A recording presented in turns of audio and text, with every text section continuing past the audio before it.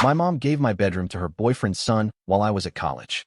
When I came back and found my stuff in trash bags, I said nothing. I just transferred $15,000 from the joint account, the same one I'd been filling. That night, she called me 42 times. My name's Ryan. I'm 19, a second-year college student majoring in mechanical engineering, and for most of my life, it was just me and my mom. My dad passed away when I was 12. Heart failure. Sudden. One minute he was fine, coaching my soccer game. The next, he wasn't. After that, things got tight. Financially. Emotionally. But I stayed. I worked. I supported. I did what I thought a son was supposed to do. So when I went off to college with a partial scholarship and some savings from part-time jobs, my mom cried like she was letting go of something sacred. She said, "Don't worry, honey. Your room will always be yours. Just like you left it." I believed her. Of course I did. Who doesn't believe their mom? I wasn't supposed to be home that weekend. I caught a ride with a buddy last minute. Planned to surprise her, maybe do some laundry, grab dinner, crash for the night, and head back Sunday. But when I opened the garage, the first thing I saw was a pile of trash bags. Black, sagging, overstuffed, lined up against the far wall like some kind of curbside graveyard. At first, I thought she was doing spring cleaning, maybe organizing the basement. But then I noticed the tags. One of them had my name scribbled in black Sharpie. Ryan, closet stuff. Another, books/old school crap. My stomach dropped. I pulled one of the bags open. Inside were my high school notebooks, a cracked photo frame from my dresser, and a few old birthday cards I kept from Dad. The handwriting on the cards made my throat tighten. I hadn't even seen these things in months.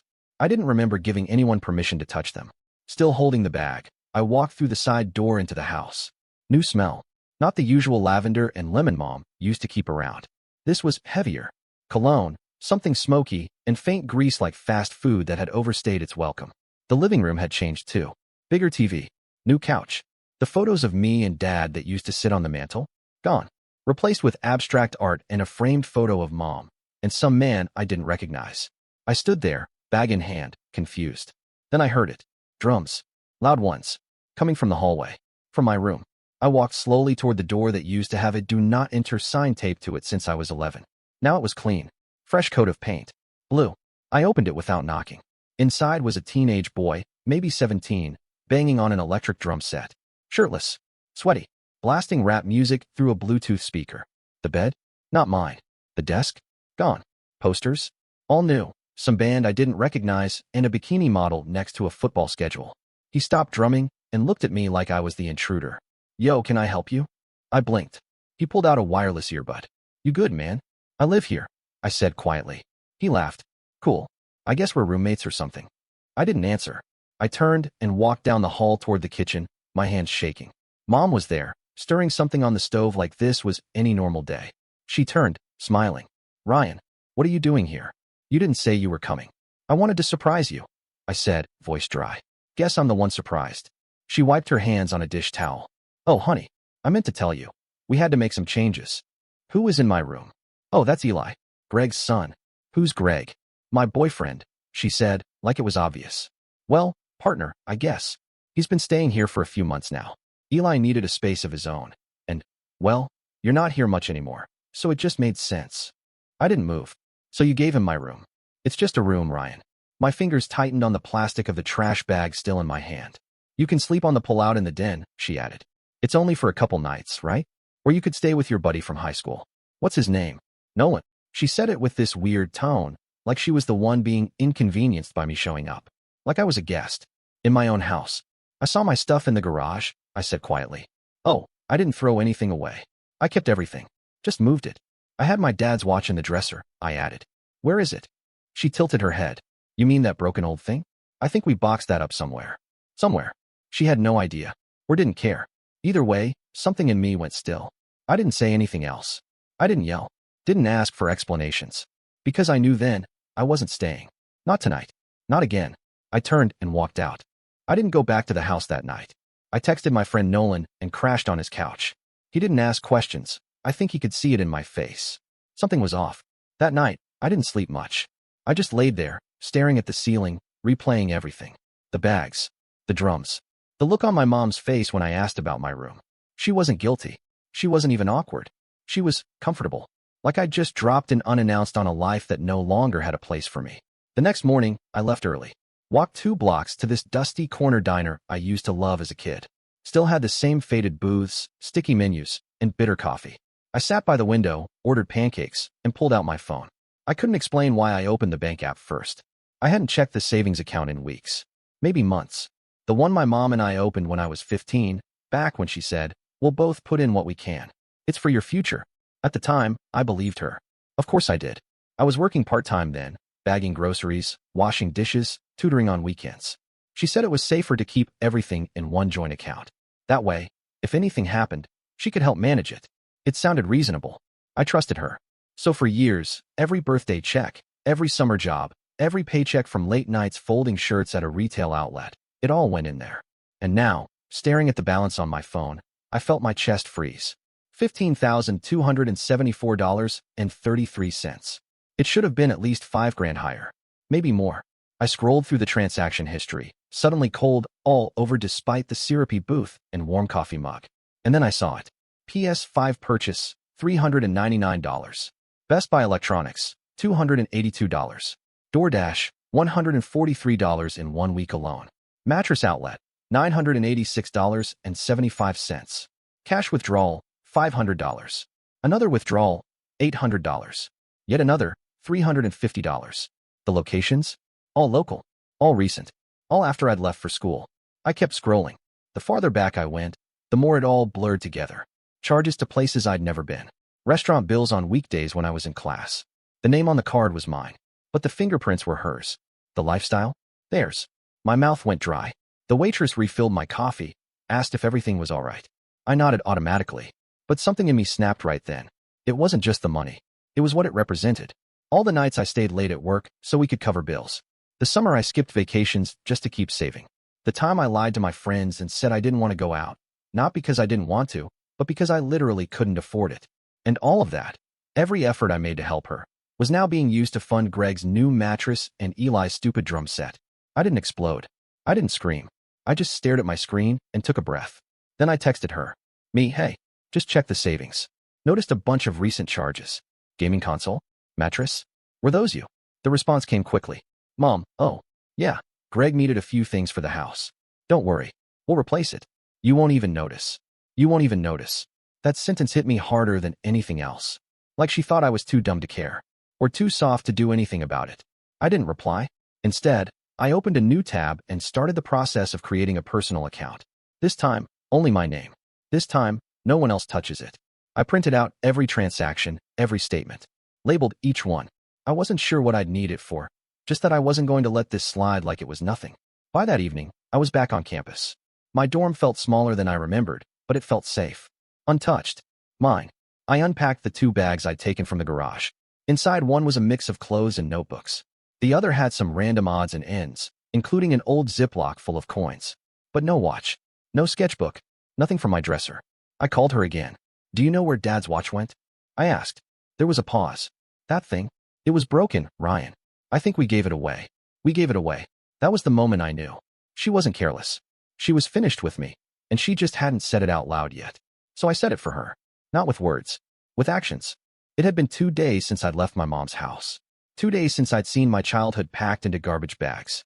2 days since I stood in the kitchen while she explained, without blinking, that her boyfriend's son now lived in my room. I kept playing it over in my head. The drums. The laughter. The way Eli had said, "Yo, you lost or something?" Like I was the intruder. I tried to focus on school. Homework. Lab work. Anything. But it all felt background. My real attention was locked in one place. What else had they taken? I hadn't said anything to her since that last call. But there was one thing I couldn't stop thinking about. My dad's watch. It wasn't valuable. Not to anyone else. Old Timex. Silver case. Brown crack strap. The back was engraved. RG, for time well spent. He got it from Mom on their anniversary, 2 years before he died. When he passed, I took it from the nightstand and kept it in my dresser. It didn't work anymore. The battery had died years ago, but I'd never thrown it away. Never even moved it. It stayed on that dresser like a little anchor to someone who used to make this place feel like home. And now? Gone. I searched every pocket in those bags. Every side pouch of my duffel. I even checked my old backpack. Nothing. No watch. No note. Not even the box it used to sit in. That night, I called her again. Just to be sure. Hey, I said. She answered fast. Ryan, I've been waiting to hear from you. Are you still mad? I ignored the question. Where's Dad's watch? There was a pause. What watch? The silver one. Used to sit on my dresser. You boxed up my stuff. Did you see it? Oh, right, she said after a beat. I think we donated it. It was broken anyway. You think? I mean, it wasn't working. It's not like you ever wore it. My chest went hollow. I opened my mouth, but nothing came out. She kept talking like it was nothing. Sometimes it's better to let go of the past, Ryan. You're in college now. New phase of life. You can't stay attached to every little thing. I hung up before she could finish. Because it wasn't about the battery. Or the value. It was about the fact that she didn't even ask. Didn't even think that maybe, just maybe, her son might still care about something that belonged to his father. I sat there for hours, phone face down, feeling something cold settle behind my ribs. They didn't just take my space. They rewrote it, repurposed it, stripped it for parts, and made it theirs. And the worst part? They were proud of it. The next day, one of my old high school friends, Logan, sent me a text with a video link. No context. Just, bro, you need to see this. Is this your room? I opened the clip. It was a live stream. Eli, streaming from my bedroom. The desk was gone, replaced by a gaming chair and LED lights. Posters of bands I didn't recognize. My bookshelf, emptied, now stacked with Funko Pops and energy drinks. Eli was joking with his viewers. Yo, shout out to Greg for hooking me up with this sick setup. And shout out to college kids who leave all their crap behind. Makes room for upgrades. People in the chat laughed. One person typed, Elmio, did you kick your bro out? Eli replied, Nah, my dad's girl gave me the room. Her kid doesn't even live here anymore. I didn't finish the video. Because in the background, just barely in frame, I saw it. My dad's watch. Still there. Not donated. Not lost. Not forgotten. Just relocated. Sitting on a floating shelf next to a lava lamp and a pack of Sour Patch Kids. That was the moment something in me flipped. Not rage. Not sadness. Decision. This wasn't a misunderstanding. It wasn't an accident. It was intentional. They took what I built. They laughed about it. And then they put it on display like a trophy. I closed the video, opened my laptop, and logged into the bank. $15,274.33. Still there. For now. I clicked Transfer Funds. New account. Created the night before. Solo access. Nobody else's name. Nobody else's fingerprints. Transfer amount. All. Of. It. No text. No warning. No heads up. Just one silent message. You don't get to cash in on someone you erased. And just like that, it was done. The transfer took under 2 minutes. $15,274.33. Every cent I'd ever worked for. Gone from the joint account. Safely parked under my name. No authorization needed. I was still legally tied to the account. I had set it up. I'd funded it. She was just listed on it as an adult co-signer when I was underage. Now, she could stare at an empty balance and wonder what happened to her unspoken backup plan. I sat back in the desk chair in my dorm, feeling something I hadn't felt in weeks. Not peace. Control. And I wasn't done. Next, I opened up every billing account I still had my name on. Because despite living at college, I'd still been helping pay for things at home. Utilities? I'd been covering the internet since my mom said the budget was tight. Spotify? Still charging my card. Cell plan? I was the primary number, still paying for her line. Amazon Prime? Linked to my debit. Even Eli's stupid gaming subscription had somehow slipped through to my card. I spent the next 30 minutes shutting it all down. One click at a time. Log in. Cancel. Remove payment method. Repeat. She probably wouldn't even notice immediately. But give it a few days, and the Wi-Fi cuts out. Her phone service flags an error. That Prime package doesn't ship. And maybe Eli can't finish his live stream with Greg yelling from the couch because the screen's buffering. I wasn't trying to punish them. I was just reclaiming everything they assumed was theirs. Once that was done, I logged into my email and forwarded every bank statement to a cloud folder I called Receipts. I made duplicates. Sent one to my personal Gmail, one to a USB, one to Aunt Claire, just in case this spiraled into something worse. I didn't want to be gaslit, lied to, or guilt without proof. Then I sat back, waiting for the fallout. I didn't have to wait long. The first text came at 6:42 p.m. "MO Ryan, did something happen with the bank? There's an issue with the account. Can you check it?" 8 minutes later. "MO, where did the money go?" Then, "MO Ryan, call me. This is serious." I didn't reply. I muted the thread. That night, my phone buzzed more times than it had in the past month combined. 17 voicemails. 23 missed calls. 9 texts. Then Greg texted me. I hadn't even saved his number, but I recognized the tone immediately. Unknown, "Hey man, we need to talk. This isn't cool. Your mom's really upset." Not cool. That's what he said. Like I'd broken bro code or dented his car. The next message was worse. Unknown, "She trusted you. Don't make us take legal action. Legal action. I laughed. The idea of Greg, the man living in my house, off my mom's account, spending money I earned, threatening me with legal action? It was too absurd to be scary. Still, I replied. Once. Me? Every dollar I took was mine. I have every deposit and statement saved. Try me. He didn't respond. Instead, my mom called me 5 times in a row. Then one final voicemail. Her voice was breathless. Teary. Ryan, honey. I didn't know Greg was using the money like that. I thought you knew. I thought you said it was okay when you left. Why are you doing this now? Can we just talk, please? She was lying. She had known. She just never thought I'd stand up and do anything about it. And in her mind, silence meant permission. But I hadn't given her permission. I'd given her trust, and she'd spent it like spare change. I didn't listen to the rest of her voicemail. I shut my phone off and walked outside. It was cool, early spring. The quad was quiet. I sat under a tree and looked up at the sky, letting my breath slow down. For once, I didn't feel powerless. I didn't feel erased. I felt like I had drawn a line. And for once, they were the ones outside it. I turned my phone back on 2 days later. 42 missed calls. 17 voicemails. Most were from my mom. The rest? Greg. A few unknown numbers, probably hers too. Burner calls from friends or landlines trying to trick me into picking up. I didn't. She'd sent texts, too. Some short. Some long. Some frantic. Why are you doing this? We needed that money. You're overreacting. Please. Just talk to me. Please. I didn't reply. Not because I wanted to punish her, because I had nothing to say. She made her choices. I just made mine. And this time, I kept them to myself. One voicemail stood out. I didn't play it, but the preview read, "You're really going to destroy your relationship with your own mother over a few purchases?" A few purchases. That's what she called it. The PS5. The mattress. The food orders. The chair. The room. They hadn't just taken money. They'd taken everything I had left in that house that still felt like mine, and then laughed while sitting on top of it. A few hours later, Aunt Claire called me. I answered. She didn't ask if I was okay. She already knew. She just said, I spoke to her. How'd that go? I asked deadpan. Not well, she said. She's spinning the story, saying you overreacted, that you misunderstood what the savings account was for.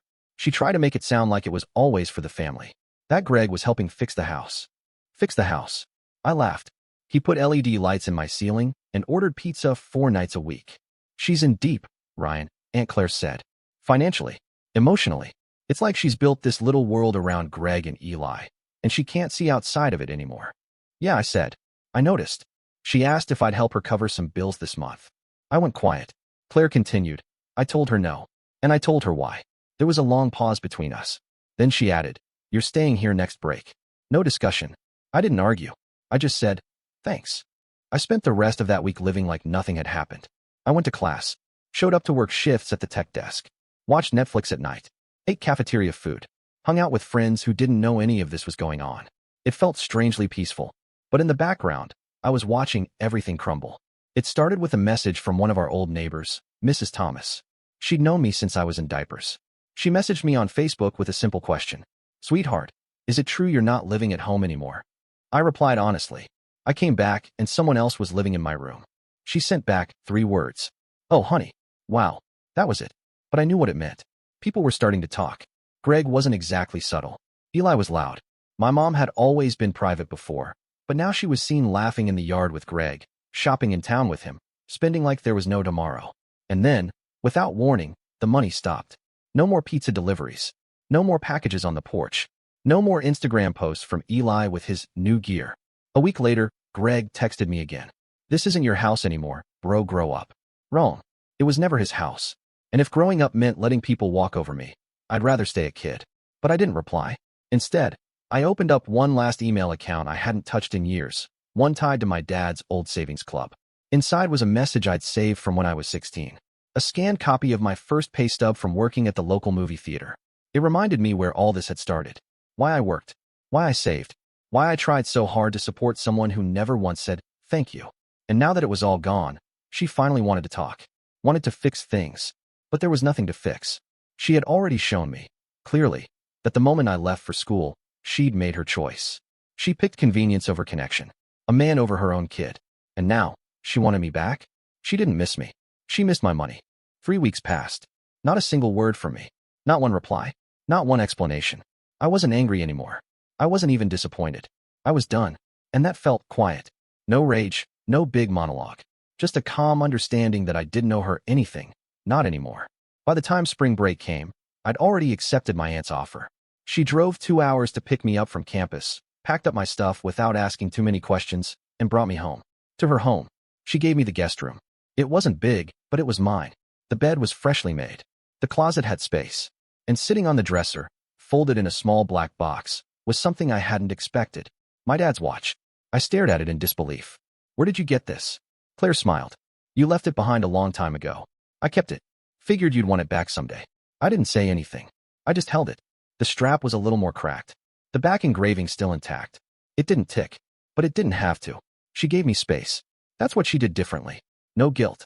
No pressure. Just a room. In a place where I didn't have to compete for respect. Back at my mom's house. That place was falling apart. It started with the internet being shut off. Then the phone bill. Then the car payment Greg had forgotten to make. Because my contributions weren't padding their life anymore. Eli went offline. His streaming stopped. A few old classmates messaged me, asking what had happened. I didn't answer. Then one day, out of nowhere, I got a text from a number I didn't recognize. He left. Took Eli and most of his stuff. I didn't even see it coming. It was her. My mom. She followed up with, I know you're angry, but I need help. Please. Just a little to get back on my feet. I stared at that message for a long time. Not because I was tempted, but because it was so predictable. She hadn't messaged me to apologize. She hadn't asked how I was. She hadn't once said, you were right. She still thought I was her safety net. I didn't block her. I didn't reply either. I just let the message sit. Let her stare at it the same way I stared at the bags in the garage weeks ago. She had made it clear, my presence was optional. So now, she could live with my absence. Life moved forward. I picked up more hours at work. Rebuilt my savings. This time in an account with only my name on it. I made my dorm feel like home again. Books on the shelf, sketch pads stacked near the bed, Dad's watch sitting on the desk, where I could see it every day. I stopped waiting for apologies. I stopped trying to make sense of her choices. Sometimes people reveal who they really are when they think you can't say no. And when you finally do, they don't recognize you anymore. That's fine. I wasn't trying to be recognizable. I was trying to survive. And I did more than survive. I grew. One last thing happened. The week before finals, I got a package in the mail. No return address. Just a box with my name. I opened it carefully. Inside was a small envelope, and inside that, a letter. Typed. Generic. Ryan, I've been thinking about what happened. I know I made mistakes. I know I hurt you. I never wanted you to feel unwanted. I was just trying to keep things together. I miss you. Love. Mom. There was no mention of the money. No details. No ownership. She didn't sign her name. I folded the letter once and slid it into the drawer with the others. I didn't throw it away, but I didn't reply. Because if she really meant it, she'd say it to me, not to a mailbox. And that's it.